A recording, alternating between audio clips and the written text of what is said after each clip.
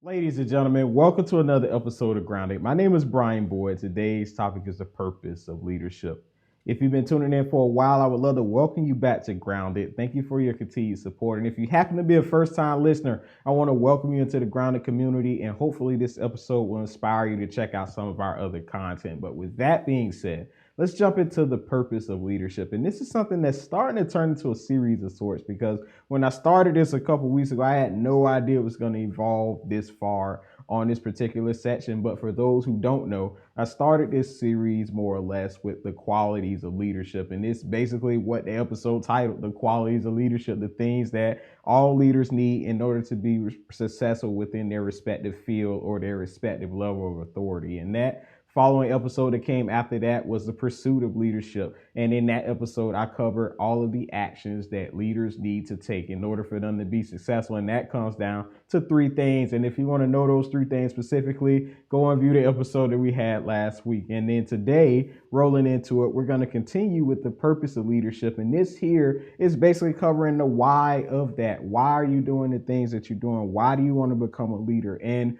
why do you want to make the impact that you want to make? And to do so, we're going to be coming from Luke chapter 5, verses 31 through 32. And just for a quick context, as always, this is Jesus once again addressing the Pharisees of that time because they were wondering why on earth, if he's supposed to be the King of Kings, the Lord of Lords, if he's supposed to be God in the flesh, the Savior of the world, why is he going to talk to the people that are considered the sinners of the world? Why does he deal with the prostitutes? Why does he deal with tax collectors? Why does he deal with the people who are considered to be the degenerates of society in their eyes? And he tells them simply the fact of those are the people that he came to save. And to read it in his words, Matthew 5, 31 through 32 reads once again, that Jesus answered them, "It is not the healthy who need a doctor, but the sick. I have come to not to call the righteous, but sinners to repentance." And so in these particular verses, we see Jesus address the Pharisees at their time once again, and he's telling them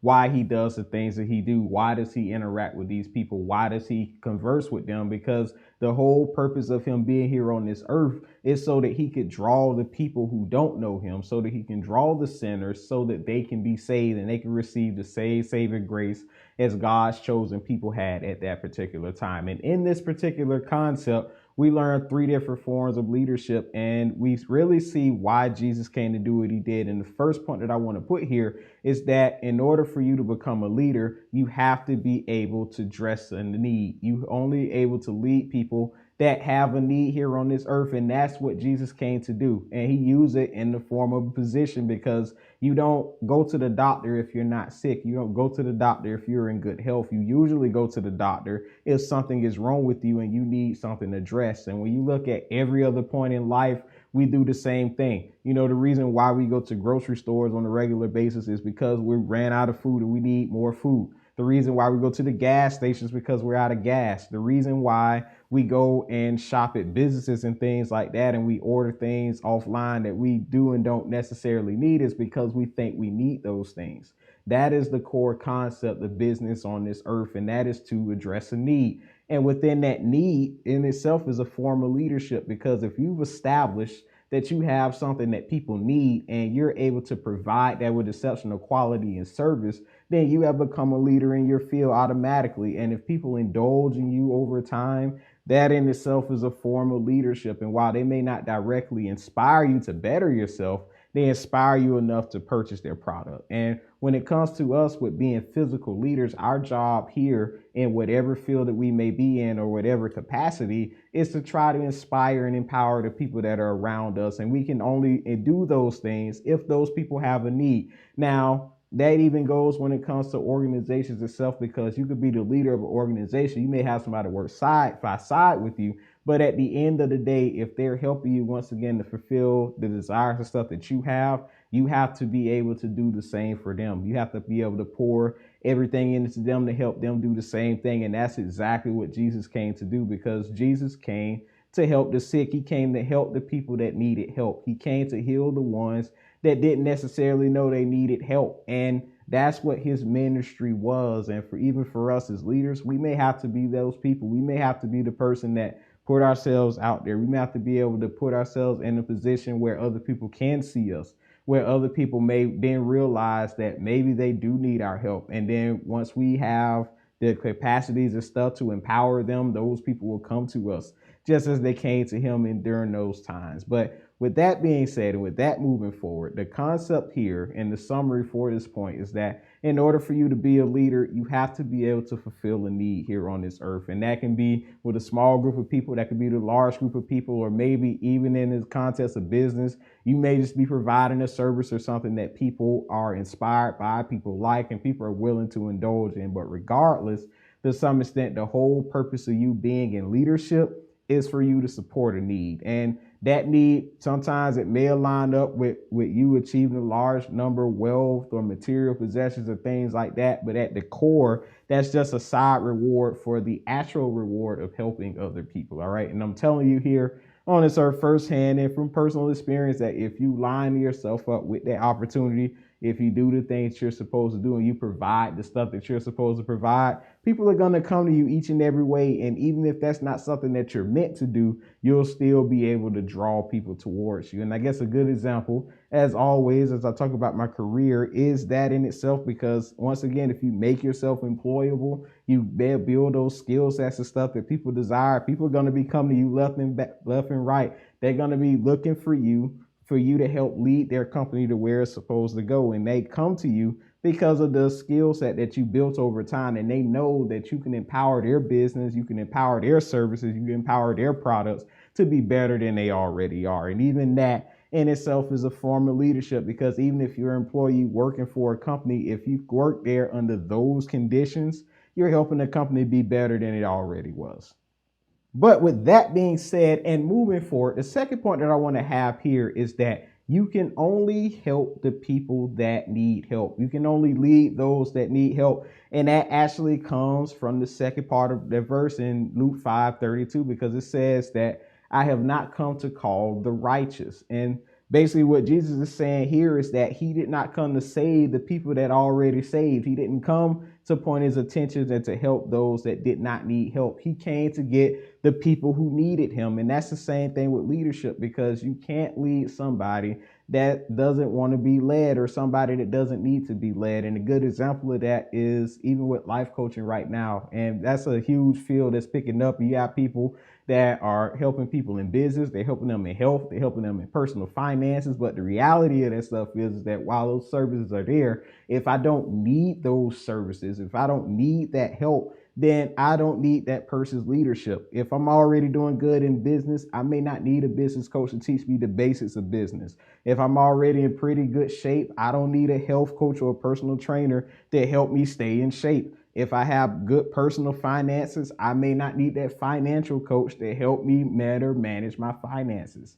And that's the same thing here. Once again, even going back to the example of the doctor helping the sick, because if you're not sick, you may go to the doctor for a checkup, but those people really aren't helping you. They're not really giving you advice. And if everything checks out, they're just going to say, keep doing what you're doing. Clearly it's working for you because everything checks off. You're healthy. You don't need my advice. And with that being said, that's exactly what their point is here.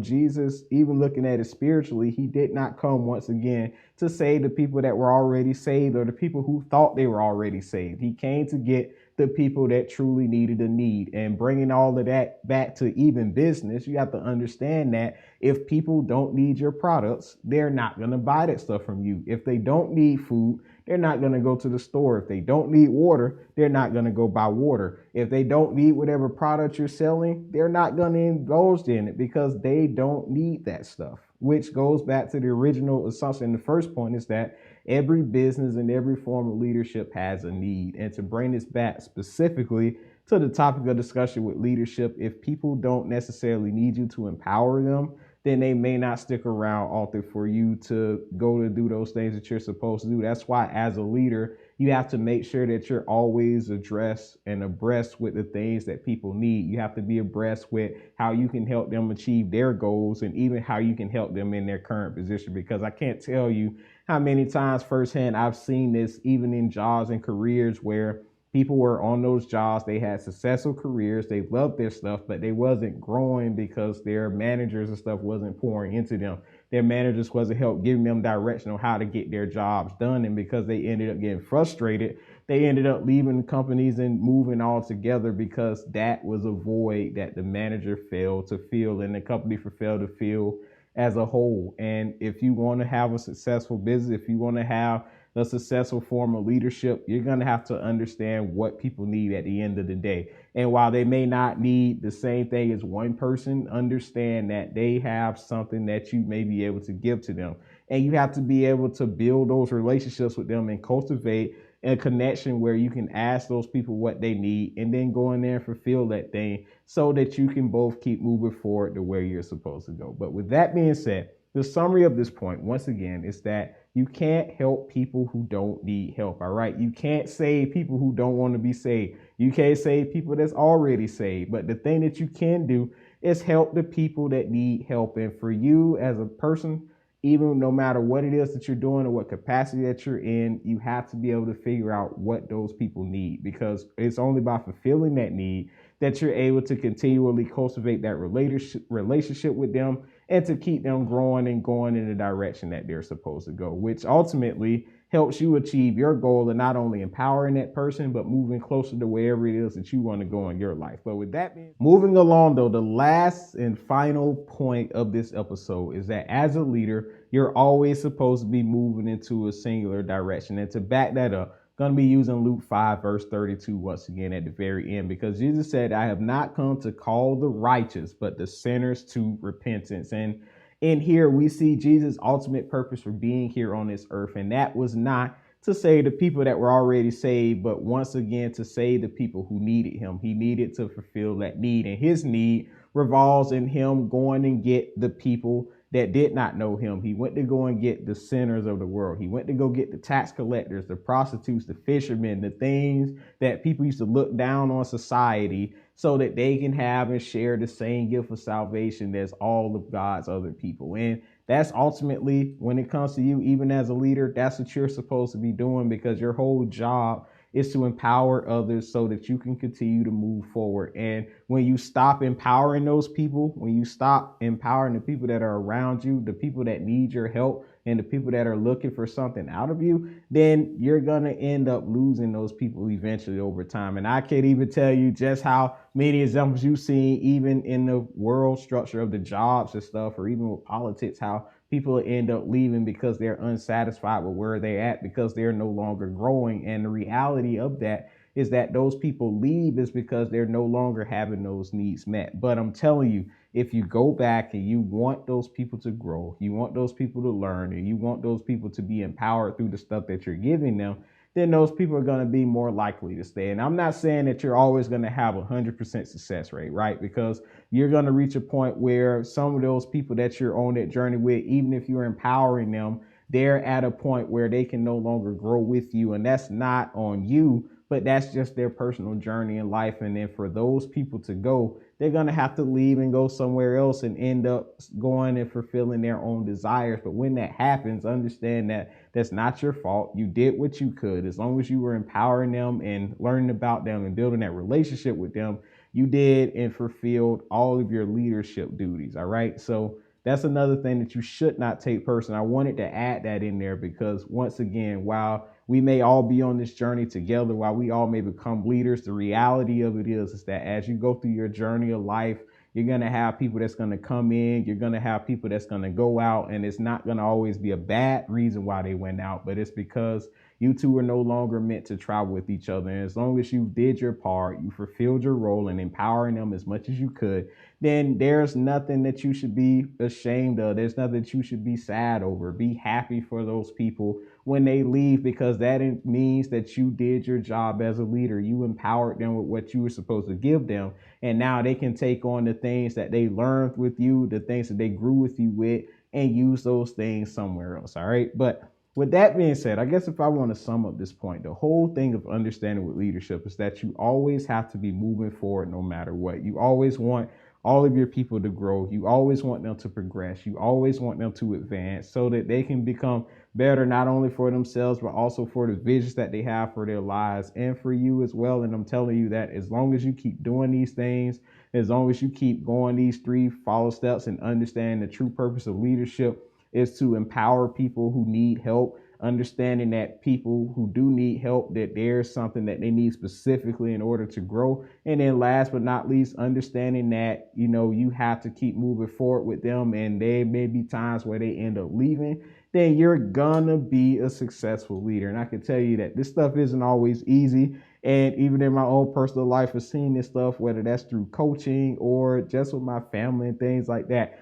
the stuff is going to get hard, man. But you have to understand, once again, that leadership, this isn't the easiest thing in the world. And your world is going to be typically evolved around empowering people. And as long as you're empowering people and move towards the destination that you're supposed to, you're ultimately going to get there. You're also going to have people side by side with you getting to that destination once again. And against that old saying, it doesn't have to always be lonely at the top, because if you're the person at the bottom pushing people up to the top, you're eventually going to all get there together. And I'm going to wrap the episode up on that. But with that being said, thank you so much for tuning in. If you got something out of this episode, please be sure to like and share this on whatever platform you have to be listening on, and be ready. We're looking at more content to come very, very soon. All right. And if you want to reach out to me personally, of course, you can do that at brian@thegroundedpodcast.com, or if you're following the Grounded Podcast on whatever social media platform you have to be listening on. But with that being said, I love each and every one of you. Y'all take care, be blessed, and have a great week. All right. My name is Brian Boyd. Y'all take care. All right. Peace. Hey everyone, Brian here once again. Thank you so much for tuning in to Grounded. If these messages have been a blessing to you, please consider donating at thegroundedpodcast.com/donate. Furthermore, if you're looking for books and journals and other resources that will help improve your life, business, and relationships, please be sure to check those out at thegroundedpodcast.com/store. As always, it's been a blessing. I truly love each and every one of you, and I truly hope to see you all once again very soon. All right.